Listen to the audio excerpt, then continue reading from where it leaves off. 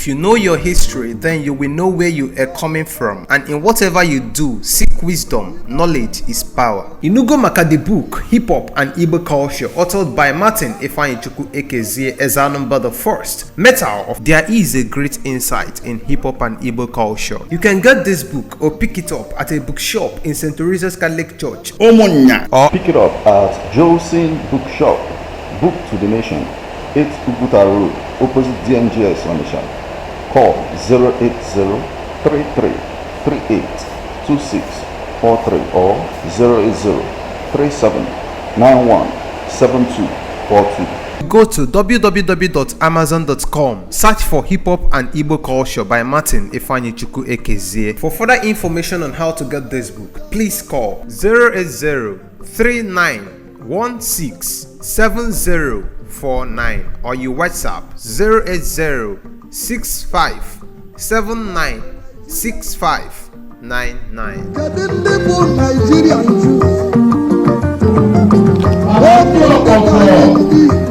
For us to continue to make progress, we must cleanse our places of all fetish practices, of the bad and what ideology that continue to teach people that you can have wealth without work.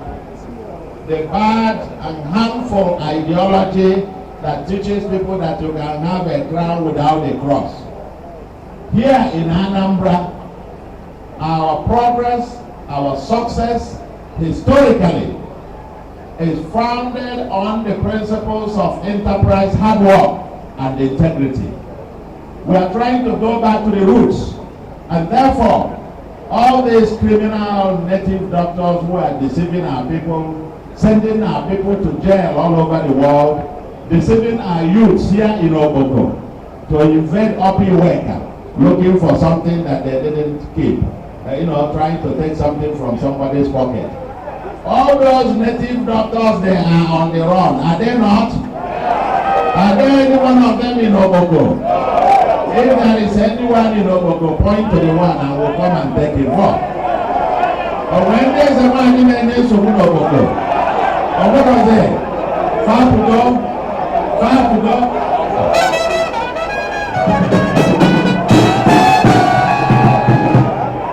Oh yeah.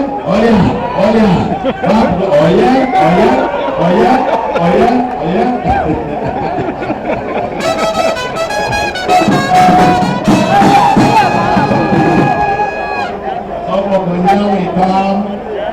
So, a new Oboko is imagined. A new Oboko that is not only transformed in terms of its infrastructure, educational infrastructure, health infrastructure, digital infrastructure, recreational infrastructure.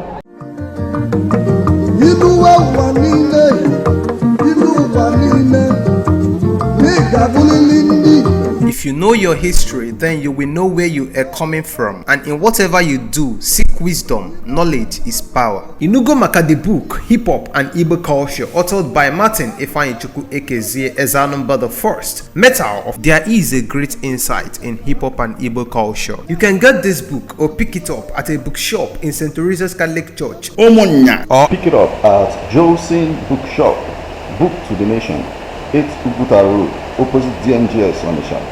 Call 080-3338-2643 or 080-3791-7242. Go to www.amazon.com, search for Hip Hop and Igbo Culture by Martin Ifeanyichukwu Ekezie. For further information on how to get this book, please call 080-3916-7049 or you WhatsApp 080-6579-6599.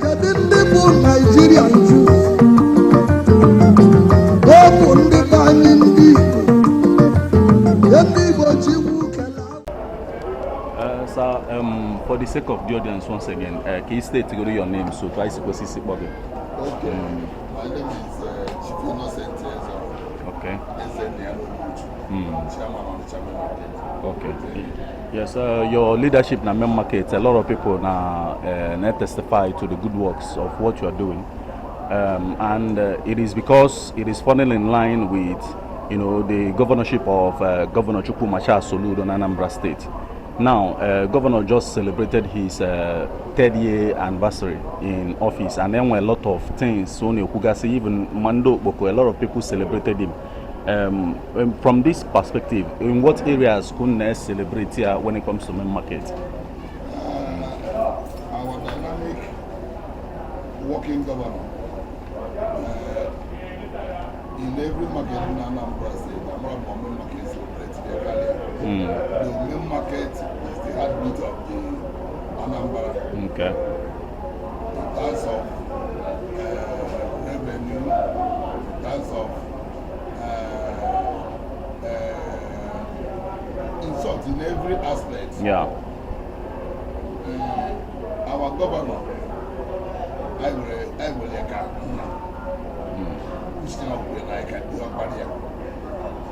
watch now sorting market road for us. Okay. We got that. Market and the bigger road. Okay. What last December. Then the fire truck here. New brand fire truck. Okay. In the market. I had that was Asaba. I had that was fire service Asaba. No.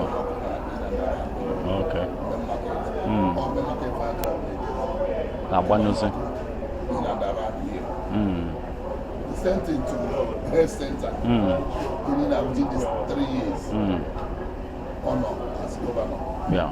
So, we have never get the opportunity. Okay. And the group we are over 8 years. Okay. So, any political party they feel candidate. Yes. Because some people are not able to see project our government. Yeah. The second term, and the continuity. Okay. So, the 3 years of the Anambra or a consent of Okay. So in the area of homeland security, the homeland security laws or also when you shaman Dibia, a lot of results. Anambra Jugo to compare with the final football before. So mana in the process or they can affect maybe innocent people because there were a couple of protests over time, you know, onwalo. Like when it comes to that, what advice are you going to offer to him to make sure that it does not affect any innocent person? Any innocent person Okay. all the good laws, they use those people when now according to the program. Okay. Those bad laws, those bad people Okay. and don't have a car. And a heat. And a hunt. Have a car, they heat. Yes, yes.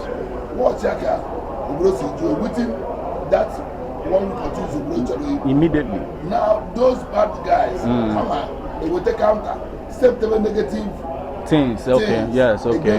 The governor, yeah. The governor Okay. Actually, yes. You got that? But after 2 weeks or thereabout, Everything die out. You got that? After that, the people the out to deliver Anambra. Okay. Now everything now they go permanently cool now. We try to Yeah. Yes. Because that's how they be those bad boys they get on operation look at it where go on. No cast wrong had overcome. But they couldn't. You got that? Yeah. The guys are fully trained. Well trained. Okay. Because it's almost security. I mean, I'm not getting all the game can SL to other areas. Okay. The OPOM or the commander, okay. Or my chief security. Okay, wow. You got to go? Okay. So, all the soldier is same like the other number. Okay. All time at December, I saw night market. Yes. So night market, that was security. Cover everywhere. It's really good again now. Okay. You got that? Yeah. Main market, the lively.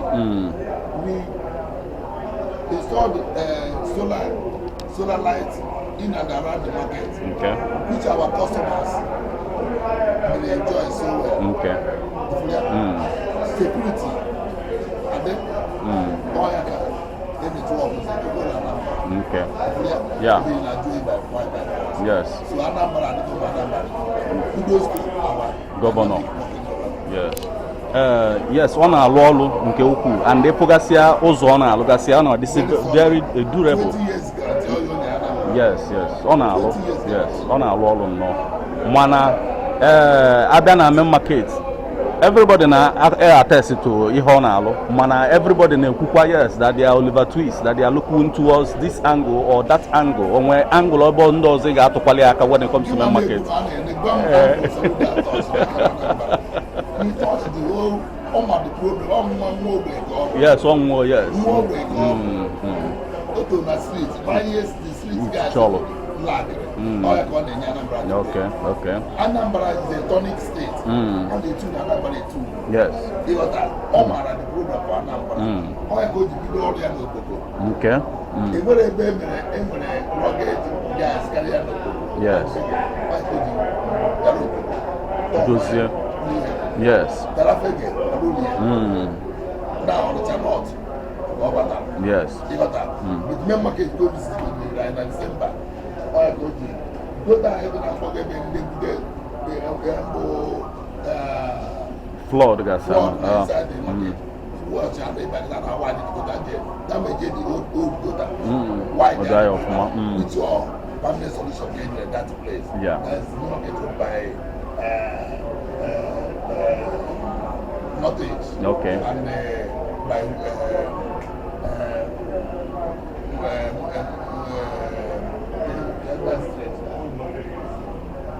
Market Road by Vein Road. Okay, Vein Road, okay. Yes, why they are, okay. Yeah. So you need to understand that. Okay. Yeah. So Soludo, and on and solve, yeah. Governor. Finally, lastly, the issue of noise pollution. I for effect, yeah, in a gazinopi worker or head bridge or that is as noisy as before because of the loudspeakers and all of that. But in the area of evangelism, I'm on the by as and then I can talk of marine, and most of them gonna like in a Gemma, town cry, if preach in the morning and in the marketplaces. So, in what way are you, as in your capacity as the chairman of the market, are you enforcing that as well in this place? Noise pollution. I control the main market. Okay. Because before this speaker we started to use their speaker. Now after everything, how much they see the sound and now until governor we say go which every one of them are okay. Now they start crying. Now no evangelization. Because for the church, Gov Soludo'S in Dokakas and also on Dokakas. All 19 in okay. Imam was okay. Yes. Church. And the Afian will say jet bele. Afian will say like the market, we do pray once in a month. Okay. And that day, I get my preaching still and all of that. I made from 7 o'clock to 9 o'clock. We're on a banner shop. Yeah? Okay. Okay. If I'm not praying now. Yeah. Okay. So he just didn't do any bad speaker here and that. I charge them and they buy for them. I listen to the speaker. Okay. So, yeah. Kezi, your message to Anambra people towards the governor and all on our local way making sure they want continuity. My message to the Anamberans is nothing better. Let us support Soludo to be there under continuity. Okay. Continuity go make a lot of people in those who dream over the Anambra or manifest here.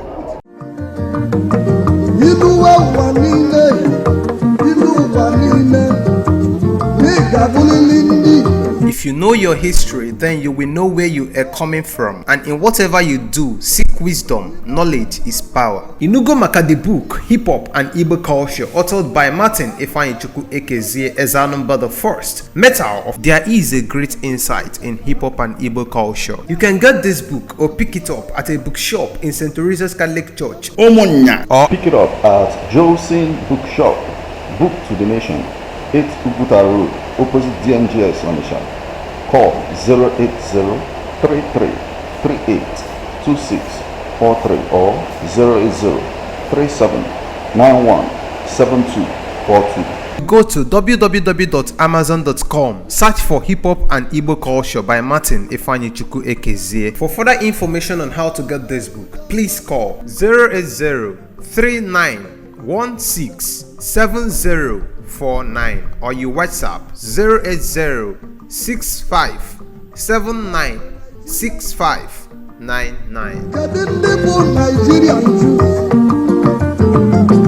Ọ bụ ndị be anyị ndị Igbo. Ndị Igbo ji iwu kele. But also new human beings to live in Oboko. New human beings to live in Oboko. You must keep the city clean. Are you hearing me? We must keep the city what? Clean. Don't let people litter and fill up your drainages. Keep the place clean, and we will have a healthy life. Are you hearing me? So we are coming. We are only just beginning. What you've seen is the introduction. We are now going to go to gear 2. We are turning to gear 2. And finally is to thank all of you. The new government in Oboko, you now have a new government, a new PG. Is that? You have a new PG. PG. PG Oboko. Wonderful. I'm glad you are wearing the big cup is showing very red, big red. And the mayor. The mayor, the acting mayor, you're doing very well. Yeah, the mayor is on holiday. And the acting mayor is doing very, very well. Keep doing well. Keep doing well. And I think you're going to.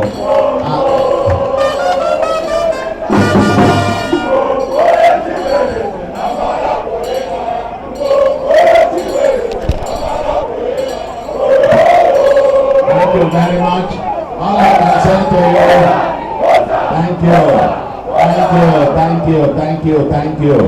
Ogwipele Ogwanyocha, I remember you. Ogwipele Ogwanyocha, we are coming. Our mantra is leave no one behind.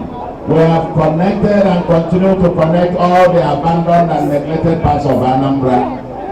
In a few days' time, we will be going to Nzam, the only local government headquarters that you could, I know in Nigeria that you could not drive to their headquarters.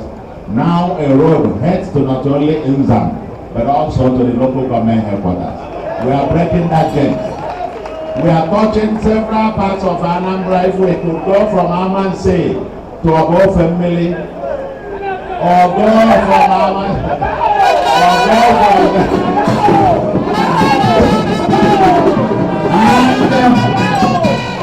the people of Enugu to Aguleri also going to be seeing their first tag road since the creation of Adam and Eve.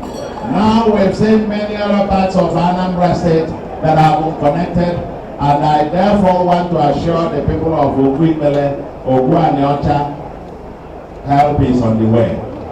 Help is on the way. We are going to get you to feel full part of Anambra State, and that will not be long, and I won't say much more than this at this moment.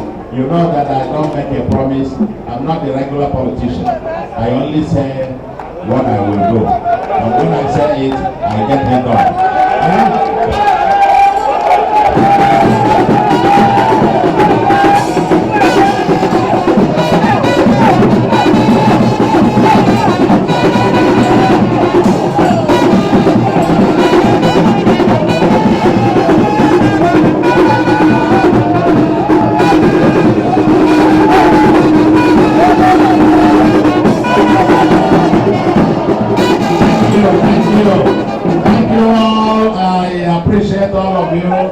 for the warm reception. Yes, we promised your people when stakeholders discuss with me, they need.